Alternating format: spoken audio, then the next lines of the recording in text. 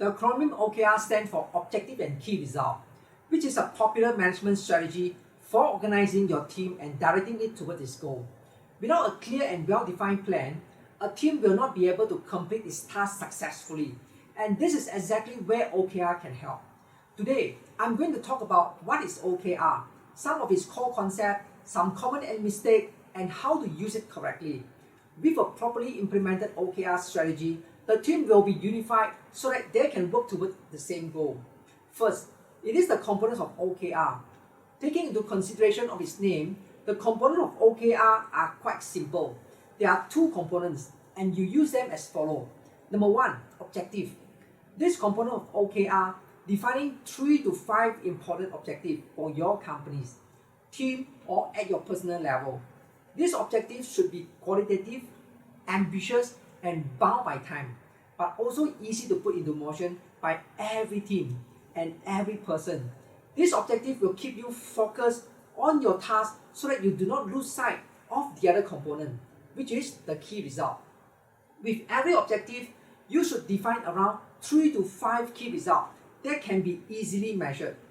This result must be achievable, leads toward the grading of an objective. It should also be difficult, but it shouldn't be impossible to achieve. The result of an OKR strategy should be based on performance, growth, but also engagement, regardless of which one fits your team the most. Most of the time, they are numerical, but they may also show whether something is done or not, which is binary, 0 or 1. Next, it is the difference between OKR and traditional goal setting. OKR are quite similar to traditional goal setting, which might have you wondering if there is any difference between them. The difference is there, but it is quite small. Traditional goal setting has you focusing on the objective of a management strategy. The problem here is that you know you have to reach your goal, but you won't actually know how to get there. With OKR, your traditional goals are split into those two concepts, the objective and the key result. The objective part will answer the question of where you wish to go, whereas the key result will take you through how you will get there. This way, you will have a clear picture painted in front of you. Now, let's touch on some core concepts of OKR. OKR strategy offers simple and clear frameworks for setting your goals. When you prepare an OKR, your target is quite clear right ahead of you. In the end, a company or team using OKR strategy will be able to measure its own progress for reaching its goal. Concept number one, agility. A shorter goal cycle provided by an OKR will allow for a much quicker and efficient adaptation in terms of changes. It will also increase the rate of innovation while reducing waste and risk, making it a much more agile way to tackle the situation. Concept number two, simplicity. The use of OKR is fairly straightforward, and OKR are very easy to understand on their own. For example, the model set by Intel will feature goal every month, which is a very lightweight process. By adopting the OKR strategy, company will be reducing their time spent on their goal. Instead of spending weeks on setting them, those goals will only take days or a few hours to prepare it. In the end, the remaining time and resources can be used on achieving those objectives. Concept number three, transparency. The main thing that the OKR does is to take the organization and create some sort of alignment for it. In an attempt to do so, the OKR are made public for every level of the companies. Any person can access the OKR of another person as long as they are within the same companies. Plus, while some OKR are only available for the entire company, others can be made for everyone to see. For instance, the OKR of the CEO are sometimes searchable on the internet for any other person to see. Concept number four, nested rhythm. When it comes to OKR, you need to understand that tactics and strategy have different tempos. Tactics have the tendency of changing at a much quicker rate than strategy, which is why OKR use different rhythm to resolve this issue. The guidelines are, for strategic high-level rhythm, the OKR are set in the long term. in most cases on an annual basis.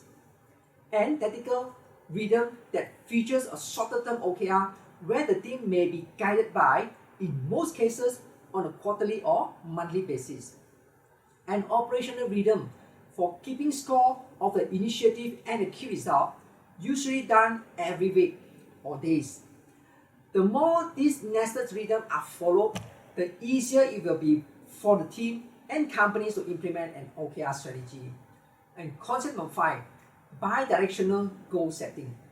Rather than using classic top-down cascading model that doesn't add as much value and only takes time to implement, OKR employ an open market-based approach. This means that it includes top-down and bottom-up at the same time. Concept number 6, ambitious goal OKR philosophy says that if there's a 100% chance of reaching your goal, then they are too easy. For this reason, goal must be ambitious and bold, so that each team member may work at their top performance level. Concept number 7, decoupling. If you want to enable ambitious and bold goal, then you have to separate the OKR from the promotion and compensation.